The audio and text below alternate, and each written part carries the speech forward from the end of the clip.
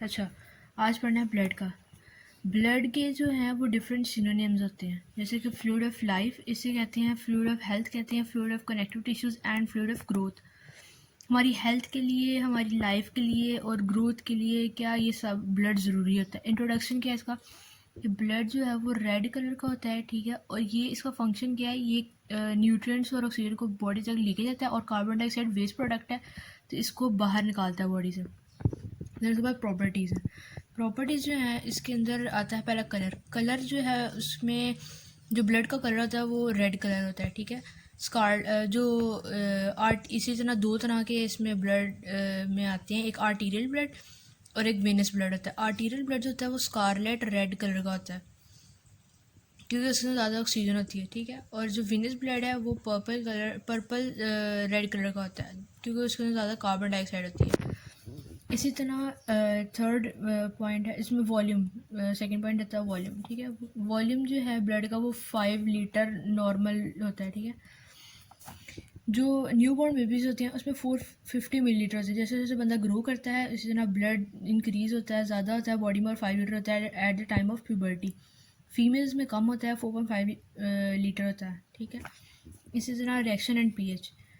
Blood जो है slightly alkaline होता है, इसकी पीएच होती है 7.4, ठीक है। उसके बाद स्पेसिफिक ग्रेविटी। स्पेसिफिक ग्रेविटी जो होती है अगर टोटल ब्लड की देखी जाए तो वो होती है 1.052 से 1.061। अब इसको याद करने का ये है कि एंड वाले डिजिट्स देख लें, 52 से 61, ठीक है। और स्पेसिफिक जो ग्रेविटी होती है ब्लड सेल्स की वो होती है 1.092 से 1.101। इस तरह लास्ट वाला डिजिट 92 से 101। ब्लड सेल्स टोटल ब्लड की कितनी होगी, 52 से 61। ब्लड सेल्स की 92 से 101। और प्लाज्मा में देखी जाए तो 1.022 से 1.026 है, तो 22 से 26, ठीक है। अब इसमें क्या रह गया, इसमें विस्कोसिटी रह गई। जो ब्लड की विस्कोसिटी होती है ना वो 5 गुना ज़्यादा होती है वाटर की बनिस्बत।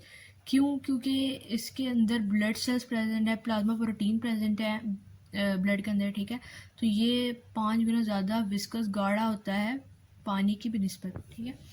फिर उसके बाद आता है कंपोजिशन। कंपोजिशन का वर्ड जो है कंपोज्ड से निकला है कि एक चीज़ जैसे एयर है उसके अंदर क्या क्या मिलके एयर बनी हुई है, इसे कहते हैं कंपोज्ड। कि एक अब यहाँ पे ब्लड है, ठीक है, ये ब्लड का चैप्टर पढ़ रहे हैं तो ब्लड किन किन चीज़ों से मिलकर बना हुआ है, ब्लड सेल से और प्लाज्मा से। ब्लड सेल्स 3 तरह के होते हैं, white blood cells, red blood cells and platelets. White blood cells होते हैं इनको ल्यूकोसाइट्स कहते हैं, रेड ब्लड सेल्स होते हैं इनको एरिथ्रोसाइट्स कहते हैं, और प्लेटलेट्स जो हैं इनको थ्रोम्बोसाइट्स कहा जाता है, ठीक है। अब जानना आता है हेमाटोक्रिट वैल्यू, और पीसीवी भी कहते हैं इसको।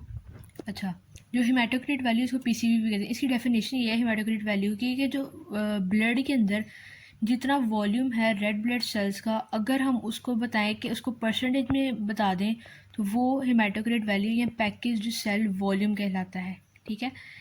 अब इसका एक प्रोसीजर बताया हुआ है पहले, ठीक है, उसको मैं आपको प्रोसीजर बताती हूँ, दैन पूरा आपको डेफिनेशन खुद ही समझ आ जाएगी।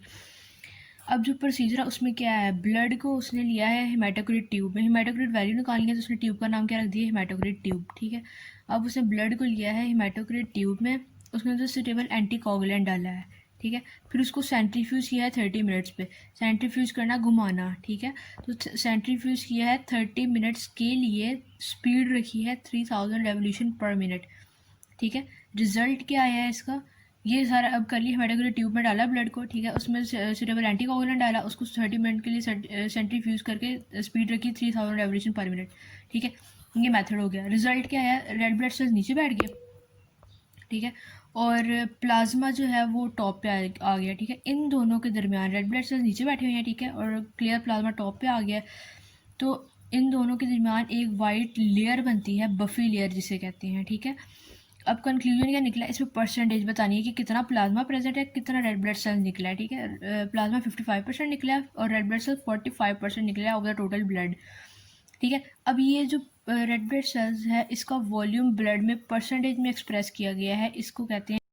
अच्छा, इसमें दोबारा मैं यहाँ से रिपीट करती हूँ कि देखो, एक यहाँ पे हेमाटोक्रिट ट्यूब ली है, ठीक है, उसके अंदर ब्लड डाला है, एंटीकोगुलेंट डाला है उसके अंदर, उसको सेंट्रीफ्यूज किया 30 मिनट्स के लिए, ठीक है।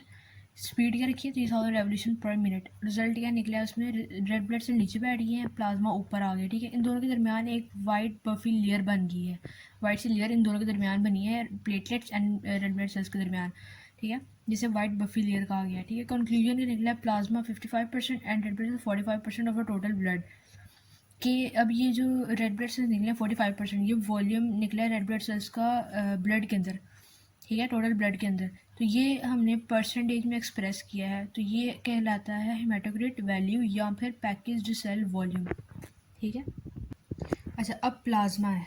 जो यहाँ पे जो प्लाज्मा होता है वो स्ट्रॉ कलर का लिक्विड पार्ट होता है, जैसे एक स्ट्रॉ होता है ना पीने वाला, उसका फीका सा वाइट कलर का रंग होता है, तो वो इसी तरह ये स्ट्रॉ कलर लिक्विड पार्ट होता है ब्लड का, ठीक है। प्लाज्मा की कंपोजिशन क्या है, प्लाज्मा के अंदर सॉलिड्स प्रेजेंट होते हैं, वाटर प्रेजेंट है एंड गैसेस प्रेजेंट है। तो सॉलिड्स कितने इसमें प्रेजेंट है, 8 to 9%, ठीक है। वाटर कितना है, 91 to 92% वाटर है इसमें, और गैसेस प्रेजेंट है। गैसेस कौन सी हैं, कार्बन डाइऑक्साइड, ऑक्सीजन और नाइट्रोजन, ठीक है। सॉलिड्स इसमें जो है वो ऑर्गेनिक और इनऑर्गेनिक दो तरह के सॉलिड सब्सटेंस, इनऑर्गेनिक और ऑर्गेनिक सॉलिड सब्सटेंसेस प्रेजेंट है। अच्छा, देन आता है सीरम। सीरम क्या होता है, ये भी स्ट्रॉ कलर का लिक्विड होता है जो कि निकलता है ब्लड क्लॉट से। ब्लड क्लॉट जो होता है, ब्लड क्लॉट क्या होती है, ब्लड क्लॉटिंग क्या होती है, कहीं पे रेड ब्लड सेल जब क्या कहते हैं, कहीं पे रेड ब्लड सेल्स जब गैदर हो जाएं, ठीक है, जब एक वूंड होता है, ठीक है, उसको क्लॉटिंग की ज़रूरत होती है। वो अब ये ब्लड क्लॉटिंग कौन करवाते हैं, प्लेटलेट्स करवाते हैं, ठीक है। तो ये स्ट्रॉ कलर का लिक्विड होता है जो कि ब्लड क्लॉट में से निकलता है, ठीक है। इसमें क्या है, इसमें जो ये सीरम है ना, इसके अंदर फिब्रिनोजिन जो है वो कन्वर्ट, इसका मेन पॉइंट ये है कि फिब्रिनोजिन इसमें क्या होता है, कन्वर्ट हो जाता है फिब्रिन के अंदर। मतलब कि क्या, इसमें फिब्रिन प्रेजेंट है, ठीक है। तो इसका क्या मतलब, एक फार्मूला टाइप उन्होंने बनाया हुआ है कि serum is equal to plasma minus fibrinogen. इसका क्या मतलब है, एक एक तो ये है कि सीरम में फिब्रिनोजिन प्रेजेंट नहीं है, ठीक है, क्योंकि फिब्रिनोजिन में सीरम कन्वर्ट हो गया ना फिब्रिन फिब्रिन में। हुआ क्या असल में, प्लाज्मा और सीरम दोनों एक ही चीज़ है। मतलब कि प्लाज्मा का 55% होता है ब्लड के अंदर, इसी तरह सीरम का भी 55% होता है ब्लड के अंदर, ठीक है। दोनों की परसेंटेज सेम है, 55% ब्लड के अंदर। लेकिन इसमें डिफरेंस क्या है, दोनों चीज़ भी एक है, दोनों स्ट्रॉ कलर लिक्विड पार्ट है, ठीक है। लेकिन इसमें डिफरेंस क्या है, प्लाज्मा जो है उसके अंदर फिब्रिनोजिन प्रेजेंट होता है, ठीक है, और सीरम में फिब्रिनोजिन कन्वर्ट हो जाता है फिब्रिन के अंदर, ठीक है। इसी तरह ये फॉर्मूला इसी से बना है, serum is equal to plasma के अंदर फिब्रिनोजिन प्रेजेंट है, तो प्लाज्मा में फिब्रिनोजिन हम निकाल देंगे जब, तो क्या बचेगा, सीरम। तो डिफरेंस क्या बनेगा, प्लाज्मा जो है उसके अंदर फिब्रिनोजिन प्रेजेंट है और सीरम के अंदर फिब्रिनोजिन प्रेजेंट नहीं है, क्योंकि यहाँ पे फिब्रिनोजिन कन्वर्ट हो गया है फिब्रिन के अंदर। अब सीरम को निकालने का उन्होंने एक प्रोसेस लिया है, ठीक है, कि सीरम को किस तरह निकाला है। उन्होंने एक क्या कहते हैं, कंटेनर लिया है, ठीक है, उसके अंदर जो ब्लड है वो उसको डाला है, ठीक है। वो ब्लड जो है वो क्लॉट हो गया है। इस प्रोसेस में फिब्रिनोजिन जो है वो कन्वर्ट हो जाता है फिब्रिन के अंदर, और ब्लड सेल्स जो हैं सारे वो ट्रैप हो जाते हैं किसमें, फिब्रिन में, जिसने ब्लड क्लॉटिंग की, ठीक है। अब हुआ कि यहाँ पे 45 मिनट्स बाद देखा जाए तो सीरम उसमें से निकालना शुरू हो जाता है, स्ट्रॉ कलर लिक्विड, ठीक है, उस ब्लड क्लॉट में से। क्या प्रोसेस उन्होंने किया है सीरम निकालने के लिए, कि एक कंटेनर लिया जिसमें ब्लड डाला है, ठीक है, उसमें क्या हुआ है, फिब्रिनोजिन जो है वो कन्वर्ट हो गया है फिब्रिन के अंदर, ठीक है, और ब्लड सेल सारे क्या वहाँ पे फिब्रिन में कन्वर्ट हो गया, तो फिब्रिन में सारे ब्लड सेल्स ट्रैप हो जाएंगे, ठीक है। फिब्रिन में सारे ब्लड सेल्स ट्रैप हो जाएंगे और ब्लड क्लॉटिंग करवा देंगे। 45 मिनट्स बाद उसमें से क्या निकलेगा, सीरम निकल आएगा, ठीक है, आफ्टर 45 मिनट्स।